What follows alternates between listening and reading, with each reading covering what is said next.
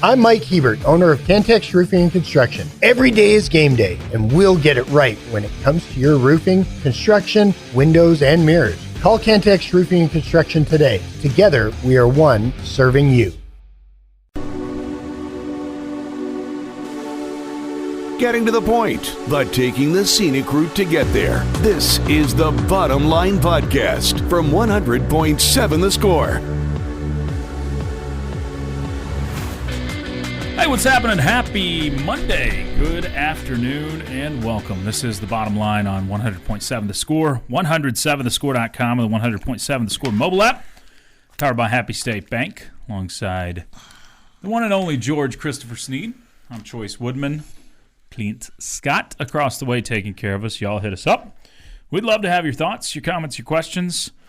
All of it welcome on the Yates Flooring Center chat line through that 100.7 The Score mobile app. We're also watchable on television, Fox 34 News Now, on your YouTube channel. Check out the Double T Sports Network there. Fire Stick, Roku, Apple TV, and watchable on the mobile app, which you can carry anywhere with you. Even listening out in Muddy Gap, Wyoming. Ayo, Muddy Sneader. Gap. No. What's up? What's up? I was about to say, I at least put a little into it. What's up? What's up? Muddy Gap. We'll get into a variety of things today. Oh, gosh, I hope so. I need to smile. I need to Just do it. smile. Just make like Jamie and choose joy. I'm trying to choose joy. I'm not having a great morning. Pourquoi? I'm a little late. I'm like getting all my stuff plugged in. I did not realize what time it was. I did. We have a new horse name. It came Saturday night. Came from the wedding. It's got to I be went on to. the air. That's the one rule. It's just got to be an on-air thing. Bra rub. It's got to come naturally on air. Hey, you know what? Wow, we left this wedding on Saturday night, and we stopped to get some milk. We went to the new convenience store by our house. Okay. Went in to get that, and my wife declared to me that she had bra rub, and Okay. so, and I immediately went horse name. New convenience store by your house. I don't even know if... You know where I live, right? Yeah. That's what I'm trying to figure out, where the new convenience store is over there. South of my house. Okay. Oh, I got you. I got you. Okay. And down there off it's of... down by across from the dinosaur. Across from the dinosaur. I got you. And I went in there and I was looking for some leche, and they had little baby cartons, and I'm not talking like the gallon jugs. Yeah, I got a gallon, I got the half gallon, and then they had little baby jugs. little baby jugs. Little baby jugs. Horse name. There we go. That was more natural. And I didn't actually plan that. I was trying to figure out how I can get a horse name out of that, and we came up with little baby jugs. There you go. Little baby jugs. We did have last time since you've been been in, we have had a new crowned winner of the race, Croatian Curve. Yeah, I think that there was shenanigans in that. What? How do you think there's shenanigans? I think there was push towards that. I think the odds were push in favor. This is the first time in our 4 races that the odds-on favorite won it. Well, that's the first time. Like last year, we had a 50-1 winner. Hibachi Sadness was 50-1 going off. So it's not. There's no shenanigans there. I think there's shenanigans. I don't like the way these are. I don't like the posts are drawn. Why? I just think that there's shenanigans. I don't even remember who. Who was 1, 2, and 3, Clint? I'm going off the top of the head. What happened to Tarantula Hair?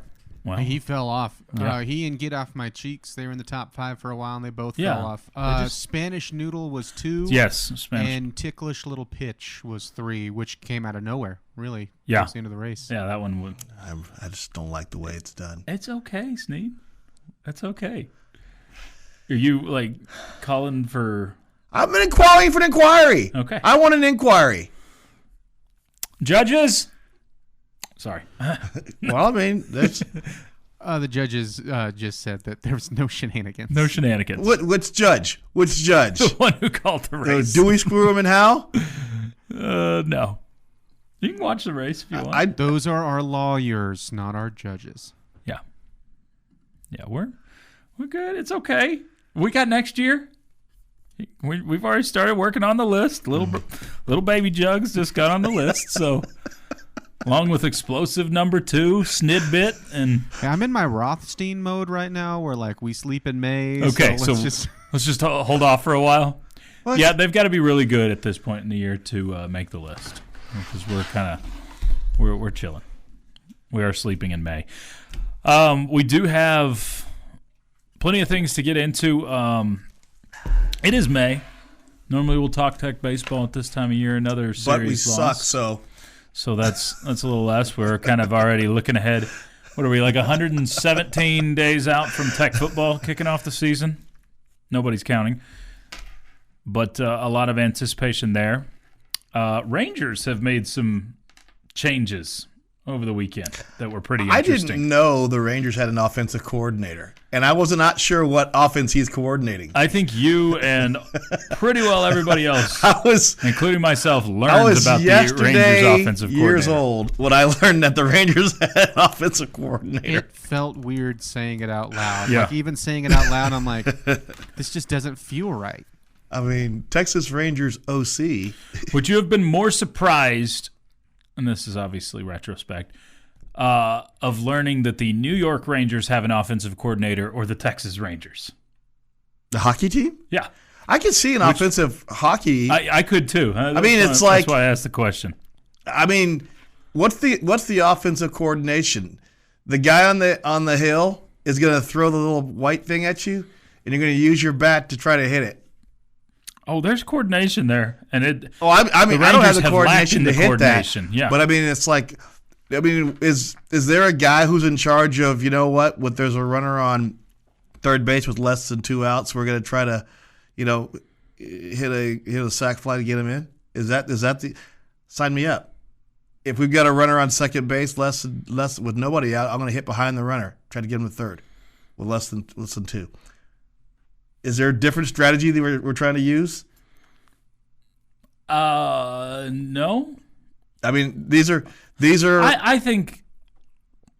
I mean, it's just a fancy way of calling a guy a hitting coach. But I think they have a hitting coach too. Well, then it's a fancy way of saying we got more than one guy working on the offense, and we're going to fire one of these, and the next one's up next if we can't get this done. Look, something had to happen, even if it's not Ecker's fault. Something has to happen when you're that bad offensively. It's just how things work. I mean, you have to let go of people. You have to make a change of some sort. And the Rangers made 2 changes over the weekend. Leody Taveras also put on waivers, which, I mean, he's more of a defensive guy anyway, and the defense isn't there this year. So things have to change. I mean, you cannot continue to score 1 and 2 runs over and over and over again and waste really good pitching performances. That's what's been the most frustrating part of it all. You've gotten all the pitching performances you wish you had last year, and now the bats have gone silent. And then Jacob deGrom steps on the mound, and he's the only guy getting run support. By the way, I am about to extend my sincerest apologies to Jacob deGrom. Uh-oh. You're going to jinx him?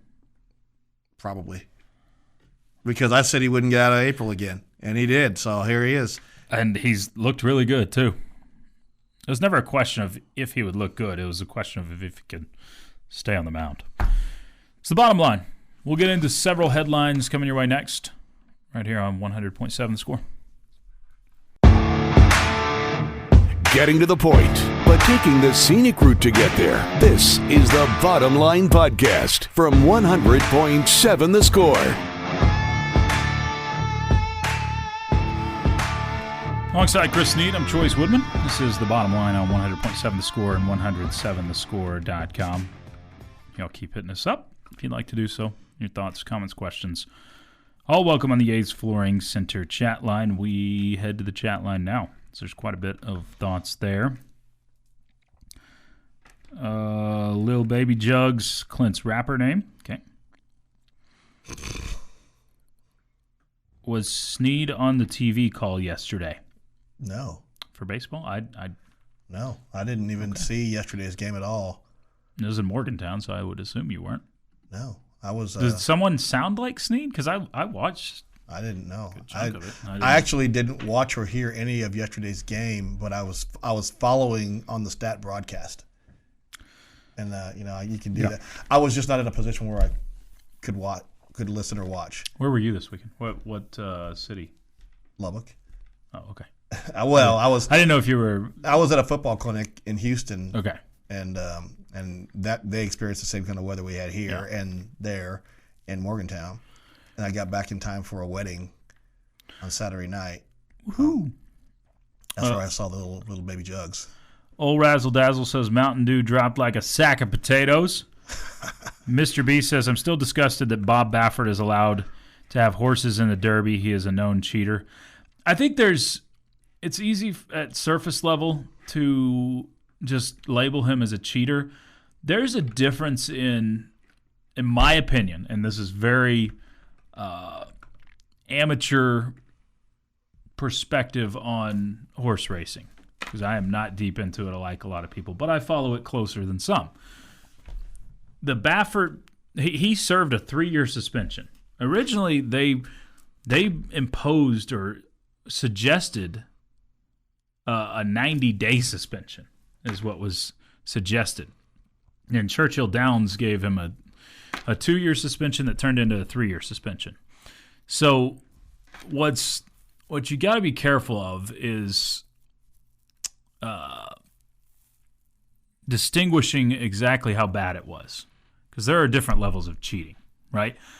He used a cream on a horse that was dubbed illegal. That was there's a difference in what happened there versus legitimately doping horses. Mm-hmm. And if you read into it and read into details, I think you'll find that out. At least that's what I've done. And again, very amateur perspective on it. But I don't label him on this instance as a cheater. So, but you can disagree just fine, Mr. B. It has to be a Shetland pony for Collier's Short Shame. I guess there's a horse named Short Shame. Okay. Short Shame. Looks like men's basketball is going to run it back with Lindenwood in November. Is that one of our announced games? We have a game against Lindenwood. Let's go Lindenwood Lancers. I think Clint is the Panthers. No, the Lions. The Lions. Oh. That's right. Who's the Lancers? Longwood. Thank you. Spearville High School. There's some sort of Longwood wood in there. I umpired Lindenwood in baseball against Tech on one of those midweek makeup games. Did you really? Yeah, and the best thing, Monty Ward's carving these guys up. It's when he had his 22 strikeout game. Mm-hmm. I've got the dish that day, and I mean, I think I called one guy out on strikes. The rest of them swing and miss. They couldn't hit that slid. The guy gets a pinch hitter, comes into the game, bottom of the ninth, 1 out. Yeah, he's stepping in, he's stepping out, stepping in, stepping out, and I finally go, I got my hand up like this. Are you going to get in or not? And he goes, I'm waiting for him to put my name up on the video board. And I said, son, I don't think they're going to put your name up there. That's funny. And he was a 3-pitch strikeout. Oh, yeah. He never got his name up there? No, never got his name up there. I mean, sad. He got up there and he came hacking. Good morning, good afternoon, good night, and he got his money worth, all three, and he never got within a foot of the ball. There we go. Dear Choice, how are you? I am fine. I am also a big fan of Muddy Gap, Wyoming. Did you know it sits on the same Highway 287 that runs through Quanah, Amarillo, and Fort Collins, Colorado? It's the gateway to Yellowstone National Park. If you drive the Lander route, you know. Gordo, P.S. Tell Chris Snead and one Clint Scott that Gordo says hello and hopes they have a great week. Hey, Gordo. What up, Gordo? I hope that you do too. I thank you for your knowledge on Muddy Gap, Wyoming. Does that go to Colorado Springs? If it goes through Fort Collins, I would assume it does. I'd assume it goes all the way up. I'm going to be on that road. I'm going to be on that road soon. All right. MLB OC is right up there with college football co-offensive coordinator. Yeah. Veer is the hitting coach. Eckers was the OC. I think DeGrom makes it to the All-Star break without an IL stint. I hope so. But now Snead probably I'm sorry. Just jinxed him. Hope not. So is the OC the guy making the signal to the third base coach who's making the signal to the runner and batter? Is that what the OC's doing? I don't. OC, I would guess, is probably just someone that does a lot of the scouting for the. Is the guy holding the book? Well, I'm guessing he's one. I don't know. I mean, it could be a guy that does scouting. OC, offensive coordinator in baseball, probably just comes with a better pay raise. There's so many coaches in there, so many that are in the mix. It probably just comes with a raise for the name. I don't know. Choice, did you go to the Stars game on Saturday? I did not. We had to get back, so unable to go to the Stars game on Saturday. Plus, Game 7 tickets in the playoffs are I can imagine, quite pricey. So I did not even effort to. Dude, when I went to Game 5 last year, it was once again a stupid amount of money I paid to go to Game 5 and witness a loss. I have paid a stupid amount of money for Stars and Rangers tickets and have yet to see a single postseason victory. Yeah. High dollar seats are even better when someone else pays for it. I got to sit in a suite on a business trip last year. It was sweet. Sweet. Nice. Love it. I still remember the year the Rangers won the World Series. They made the playoffs, beating the Mariners by 1 point in Seattle. By 1 run. Was it 1 run? Are you saying 1 run or 1 game in the standings? Because I think both are true. The run that they made, they actually went to Seattle, got beat, and put them in a better position for the playoff run. Because if they had won, it put you where you had to go in the wild card. Yeah, if they had won that series, they'd have been in a different spot. Mm-hmm. They'd have won the division and not been in the wild card. Correct, and they would have ended up with it gave the Astros the division. Yeah, and put the and the Rangers played better on the road that year. Exactly. So you get to start off with the Rays, and then you get up to the Orioles. That was a crazy series. Yeah. I use the THC cream on my knee, and it's legal in Colorado but not sold in Texas. Should I be banned from living in Texas? Oh, there's one. Can you let me know where you get that? Snead has a voice twin. Okay, my 10-year-old was asking. Really? Apparently, I watched that broadcast. I watched that dude. Chuck was talking about him this morning, and you know what? The older guy. That guy gave off Chuck Hines vibes. Ooh. He did. Okay. And I mean, he seemed a lot older. But when you talk about the things he would talk about, just seemed like that's a Chuck Hines conversation right there. Someone says the White Sox and Angels have an OC. I could see why you want to emulate that. I think that's sarcasm, I believe. Oh, yeah. It's dripping. Baffert wasn't using Winstrol, was using provided cream in excess of allowed amounts. I do not believe the cream itself was banned. It was the amount that was used allowed. Mr. B has hit every show with that take. We get it. Hello. Okay. Well, I guess Mr. B is not a fan of Bob Baffert. And you know what? On some levels, isn't everybody cheating a little bit in every sport? Yeah, the answer is yes. People try to gain the competitive advantage. I think there is a line between. I think there's a line most of the time, and a lot of people flirt with that line. It's. I think there are times when people clearly cross the line, and that's where they're the most dislikable. Like a Manny Ramirez, who gets popped for PEDs multiple times, way after the steroid era. Yeah. That's where it's like, I mean, when everybody's doing it, it's like, okay, well, everybody's doing it, and it's not really that illegal. But when Manny Ramirez did it 3 times after the steroid era, then it gets nasty. It's the bottom line on 100.7 The Score. bringing you the truth or something like the truth. This is the Bottom Line Podcast from 100.7 The Score. On to hour number 2, Monday edition of the Bottom Line. Coming your way here on 100.7 The Score, 107thescore.com, and the 100.7 The Score mobile app. 100.7 The Score television station. We have a whole television station now, Jamie. Did you know that? A whole station? We just claim it. Well, it's a YouTube channel. Close enough. Okay. We do have Fox 34 News now if you want to watch us there. Jamie Litt to my right. I'm Chois Woodman. Clint Scott across the way taking care of us. Y'all can keep hitting us up if you'd like to.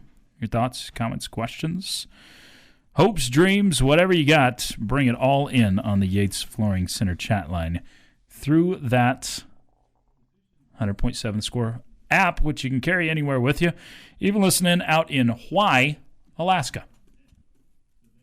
Hawaii. Not Hawaii. Why? Why Alaska? WHY. I heard a H before. Why? I don't know why I did that. Yeah. It's very Clint-like of me. That seems to unfair. go with a why. I feel like Clint does that sometimes when he over-enunciates. You throw an H in front of a W sometimes?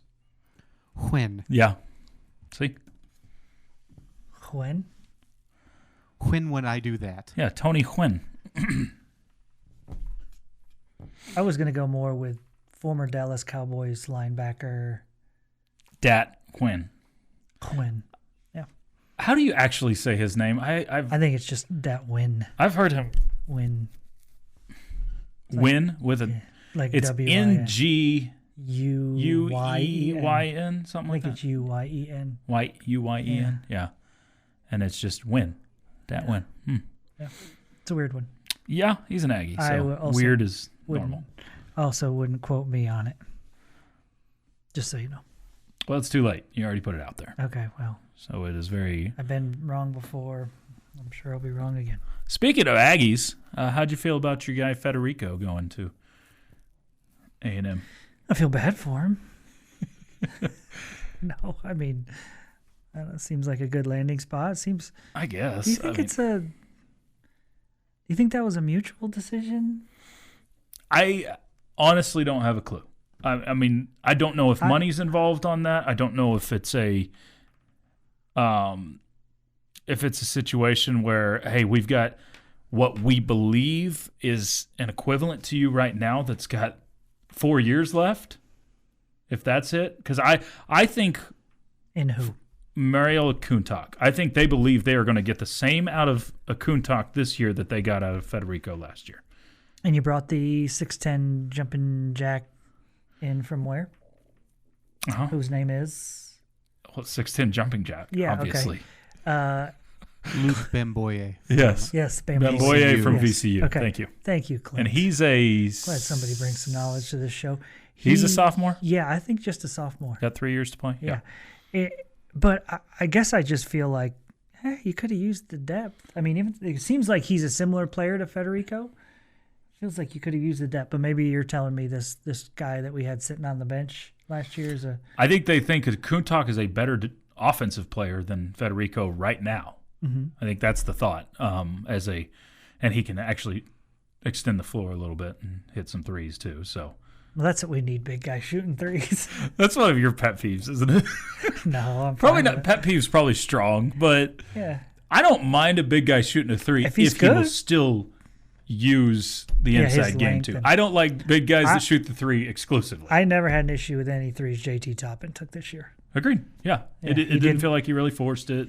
It's big guys who work on their their outside shooting in the off season and all of a sudden don't want to go into the paint. Agree. I'm right there with you. I never felt like JT Toppin was that guy. Just every once in a while, he'd show off his versatility. They would leave him open, and he would make them pay. Yeah. So, I saw the Federico news. I don't know if I'm just getting numb to all this, Jamie. I feel like years ago, or maybe even like a year ago or 2 years ago, it would have bothered me a lot. Mm-hmm. Maybe I'm numbing to it all. Or maybe it's just... Also, hey, I'm glad he didn't land within the conference. I think that's probably more of it than anything. It's like, okay, good. You don't have to play against him next year. I mean, would you have been that worried? Or I guess we do have to play against him next year. But would you have been that worried? No. Like, it's still going to bother me if Darian Williams ends up at Kansas. That'll bother me. If he ended up at BYU, yes, that'll bother me. Yeah. It's not going to be the same extent that it did with Kevin McCullough. Yeah, no, as far as the first part of the question, and you said that you are becoming numb, that's 1,000% what I am. Yeah. That's 1,000% what I am. Definitely has to do with it. Yeah, I mean, he wasn't our guy. He played for us for a year. We rented him. He was our guy for a year. He was fun to watch. Did a good job. Would have been happy if he stayed, but he left. We'll probably never see him again. Sure. In Lubbock, Texas. Sure. Yep. That's just the way of college sports now, and I'm not trying to be negative about it. That's just the way it is. I'm super curious and about why would he, come back to Lubbock, Texas? But to be on a anniversary visit for the Elite Eight team, that's what I'm curious about, the future of all of this. Yeah, like because that's a pretty common thing, right? You get 10-year anniversary of this team that went to the Elite Eight. You don't have many of those. So what's that going to be like for Kevin McCullough when he comes back for that national? And that's what I'm wondering. Well, he wasn't on the national championship. He was a redshirt guy sitting on the bench on that. Yeah, but I mean, he was on the squad, right? He wasn't an active. Right, correct. Squad. But I mean, he was redshirting. He was there. Yes, he was sitting on the bench. He was sitting on the bench. So yeah. But that's why I don't think he'll be part of the invite group for that. Now the Sweet 16 I think team, that would be a bad look if you didn't invite him. Really? I think the Sweet 16 team, I think he'd be smart enough not to come, but I think it would almost look bad. Well, are you going to even invite your coach back for that? That's the question. How long does it take to heal those wounds till you invite a coach back for that? It's funny. I didn't even think about that. That's We're the never part. Celebrating that team. We're never going to celebrate that team. No. 20 years from now, maybe. I mean, Bob Knight in Indiana, they didn't get back together for, 30 years? 40 years almost? I think you've got a similar situation here. So what would you do if they were honoring that team and those two guys were here? I probably would. I'm still going to cheer. I was going to say, I probably wouldn't boo them. I'm not going to boo those two, no. And they probably wouldn't do an individual thing where they're announcing each person. They would go, Chois Whitman, Clint Scott, Chris Beard, Jimmy Land. Yeah, I don't know. Like Kyler Edwards, he went on to another school. I think he's still going to be received fine. Yeah, he feels differently. Yeah, so I don't. It is going to be fascinating just to watch that over the next 5, 10, 15 years because it's not a Texas Tech exclusive thing. Obviously. No, absolutely not. Everywhere you're going to have teams that are littered with guys that left for another place that had success before that at your school. So I'm not nearly as fascinated as you are. Fascinated is probably a strong word. Yeah. It's going to be interesting though, to see how it's handled by different schools and if the numbing process just kind of leaks everywhere else. Numbing process. Yeah. The Novocaine. Let's go. It's the bottom line. You're back for more of your thoughts coming up next on 100.7 The Score.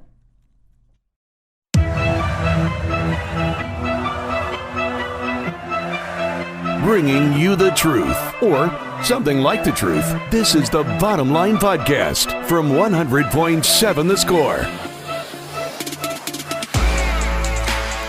It's a Monday with the Bottom Line on 100.7 The Score and 107thescore.com. 100.7 The Score mobile app. Y'all continue to chime in. You got thoughts, comments, questions.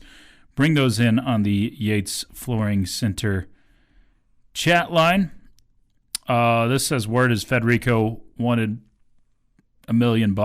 No thanks. Other people said that as well. So yeah, we just got that texted to us. So that seems like a lot. I don't know. I mean, and you kind of feel for Federico, right? If he's hearing that his teammate's getting $4 million, and he's going, okay, well, I mean, I want some chunk of that. and they're only offering him $200,000, and you're like if you found out that Clint was making $4 million here, wouldn't you ask for $5 million?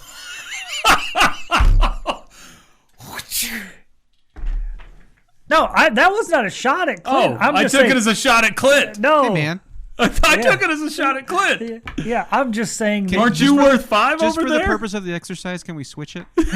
Yes, I'd ask for $5. Yeah, right. I'm just saying you two, with your know. competitive nature against each other, you would want more than Clint. I would ask for at least as much. Or $4 million and $2 or something. That's probably right. Yeah, just $2 more. Right. $1 And so you're going to compare it with your coworkers or whatever. Sure. That's why you shouldn't run around the office telling people how much you make. You've learned that lesson before, haven't you, Choice? Yes, too much. Okay. Too much. And so Not enough. And so he when he sees that one of his teammates is making $4 million, for him to say, well, I'm not going to ask for that much. I get it. He's the Big 12 Player of the Year, but if I just ask for a quarter of that, I should be okay. I guess so. It's such a, but you need guys in the NBA, if you're going to compare it to NBA, that make the league minimum on your team. I mean, you need. It's a little bit, yes, absolutely. That's you fair. Need That's role true. Players on your Yeah. team too, and they understand their roles. Yeah. Well, and it's a little bit different in, let's say, college softball, for example, where one pitcher can absolutely dominate. Sure. Okay. And JT Toppin can dominate too, as he did. There's a reason he was the Conference Player of the Year. Sure. But in softball, it's a little bit different. One singular player can really carry a team. Now, that's not to say that there's not a bunch of quality players around Najee Kennedy here at Texas Tech. There are. But anyway, I guess I'm kind of digressing here. But just back to the point is that he sees what Toppin's making, and he's thinking, well, I should get some of that too. Just, you're right. You have to understand who you are, where you are as a player, and your importance to the team. And, 5 years ago, if they told you, hey, you're going to make $100,000 and get to play for this school, he'd have been thrilled. Sure. But one of his teammates now is making $4 million. Like, whoa, $100,000 all of a sudden doesn't sound so great. Yeah. By comparison, it's a hard thing. Self-awareness in life, in sports, in whatever. Self-awareness is one of the hardest things to harness. And I'm really good at that. You're really totally. But it's very difficult for any of us to harness and to tell yourself, hey, this guy's worth $4 million and I'm worth probably $400,000. That's a hard thing to swallow. That's a bit of an ego hit. Yeah, it is. So I don't blame Federico for asking. I don't blame the whole situation. Any idea what he got with the Aggies? No idea. I'm sure there's rumored amounts, but no idea at the moment. My Aggies just got a guy that can't catch the ball, shoot free throws, rebound, and only average one block a game. Tech is better off. Any truth to the rumor that he's going there just to punch the point guard in the face? And then come back? Don't know, but seems like it's kind of a trend. There's a blueprint for it. Shelley says, Beard won't live a long life. Just wait until he dies. Wow. There's another one that says, why couldn't it have been Beard who died instead of Leach? Man, y'all are I'm not wishing a guy dead. Why wouldn't you invite Beard back? Like it or not, he's part of your men's basketball history. Wounds take time to heal. He absolutely wounded you. He spurned you and went for the biggest rival you have. It's as simple as that. I'm not saying very similar to what Kevin McCullough did. Yes, well, if you're having an event, right? You were having that team back, let's say in 2 years, something like that, and you're playing it all out, right? You're putting all these ads out. You're pitching, hey, make sure to come to the game against North Texas because that team's coming back.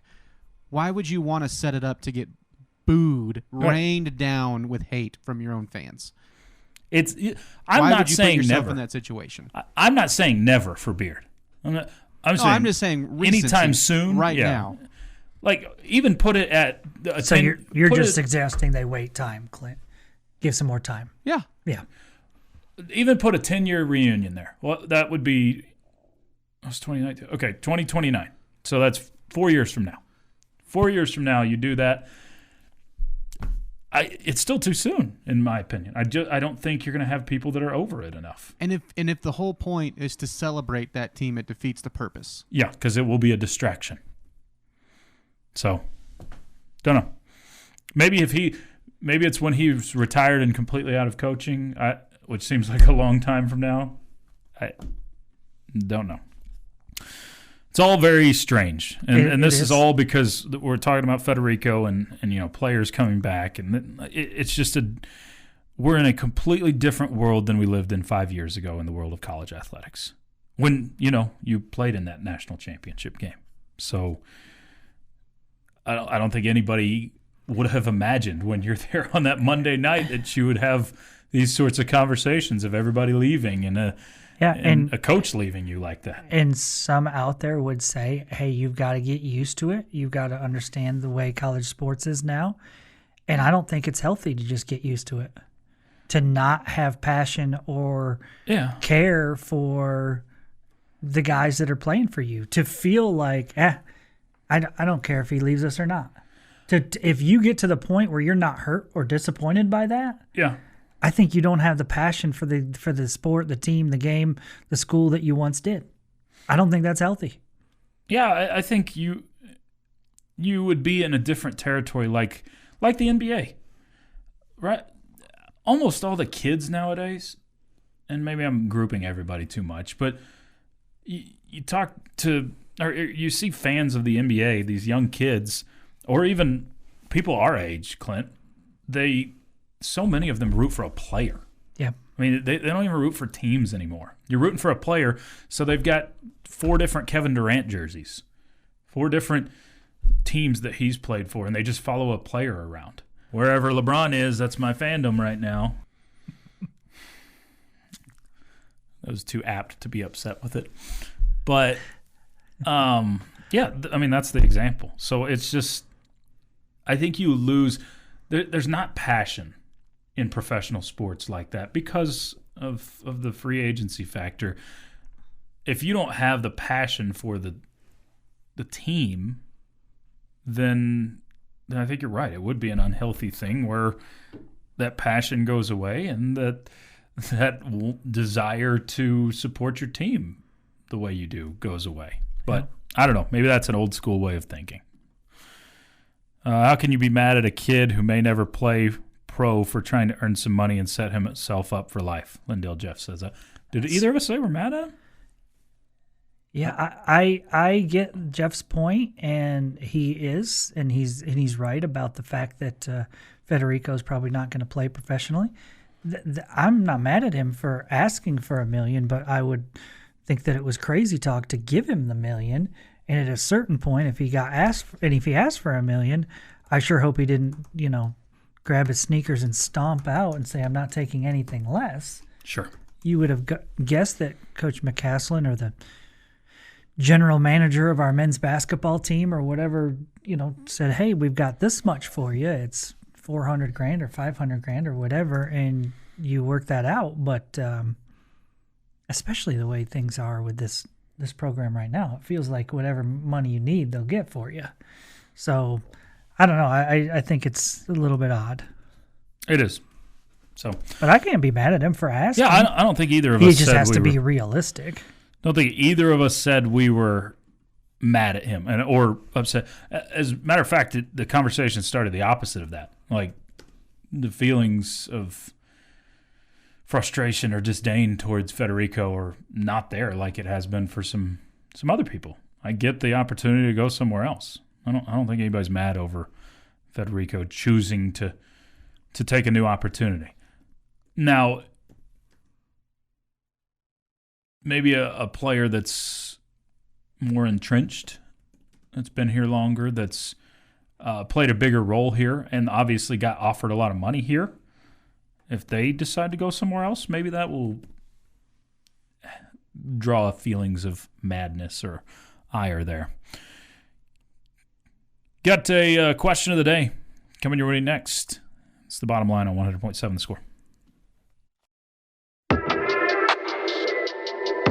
Getting to the point, but taking the scenic route to get there. This is the Bottom Line Podcast from 100.7 The Score.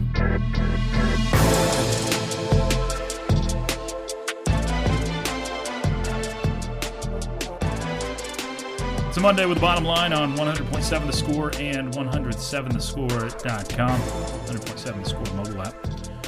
Chois, Woodman, Jamie Lent, Clint Scott, yours.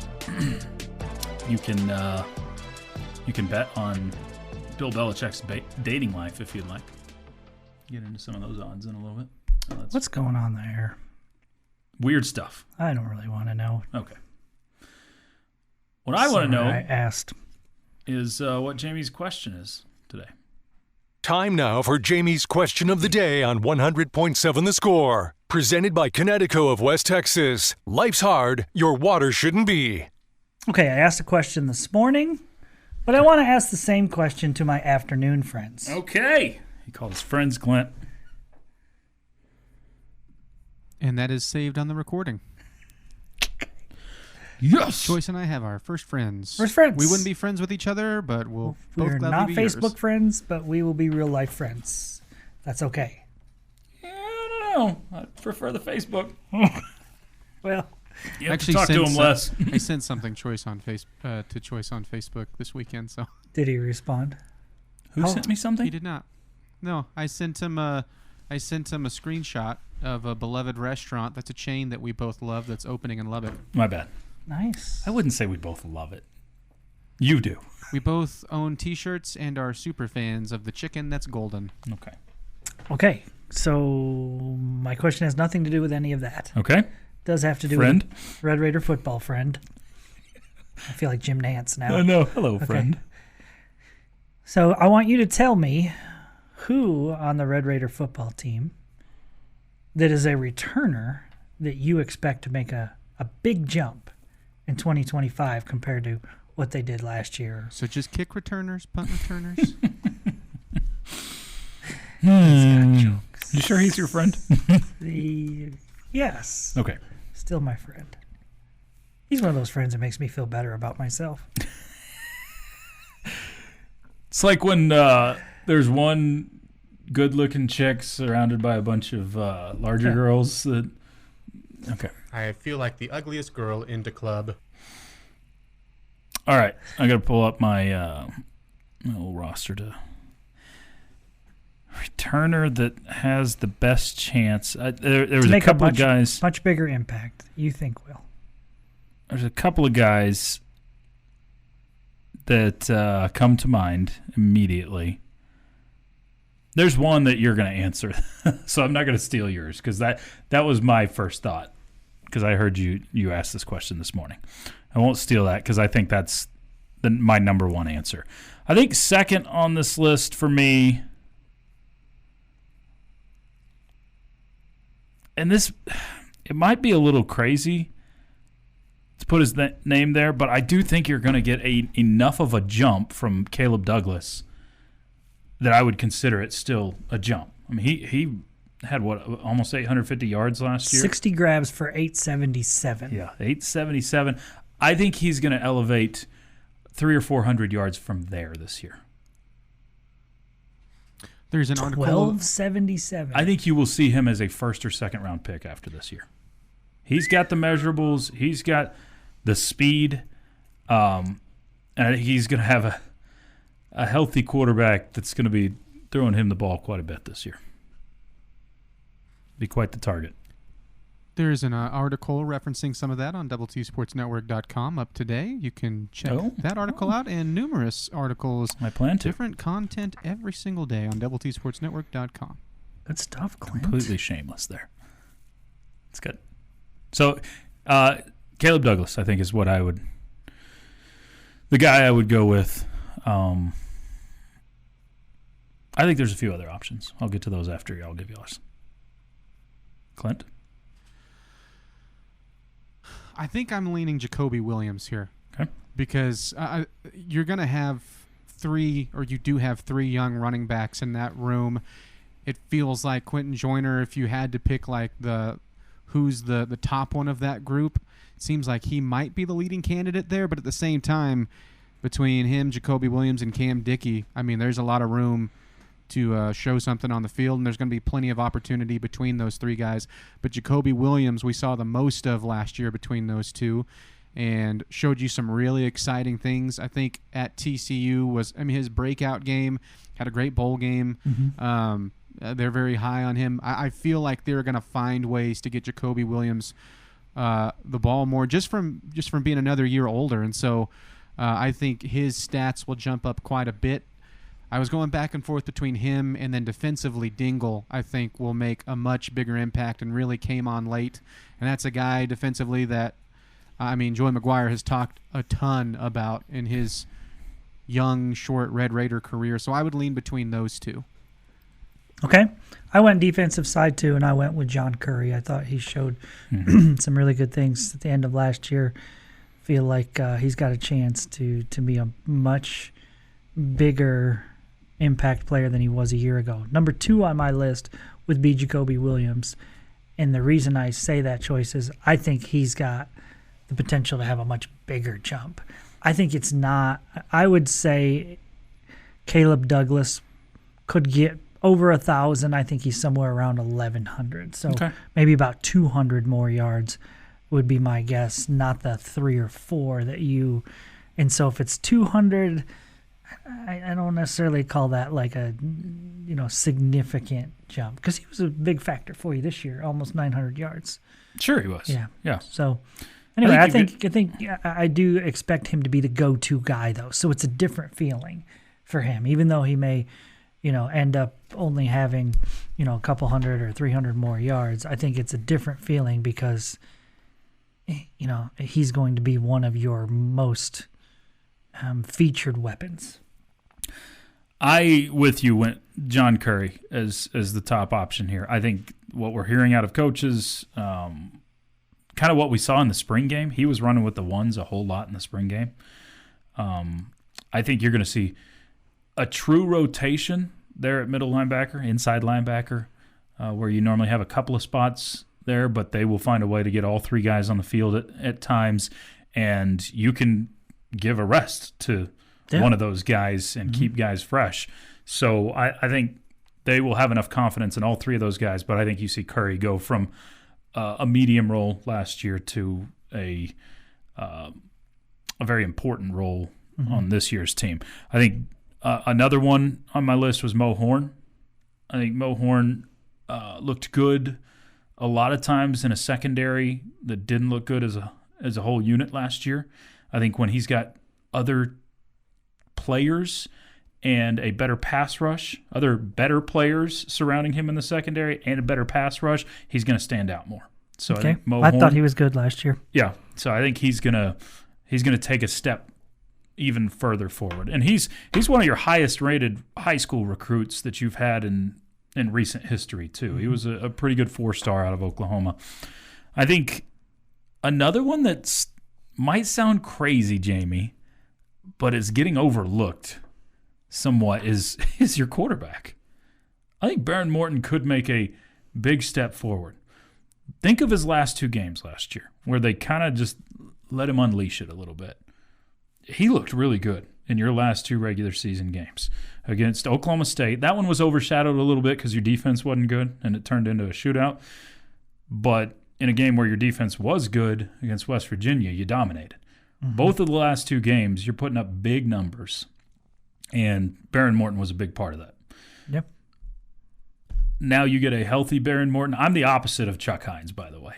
Chuck continues to talk about his concern for after this. I think you're only going to get the best version of Baron Morton you've ever seen.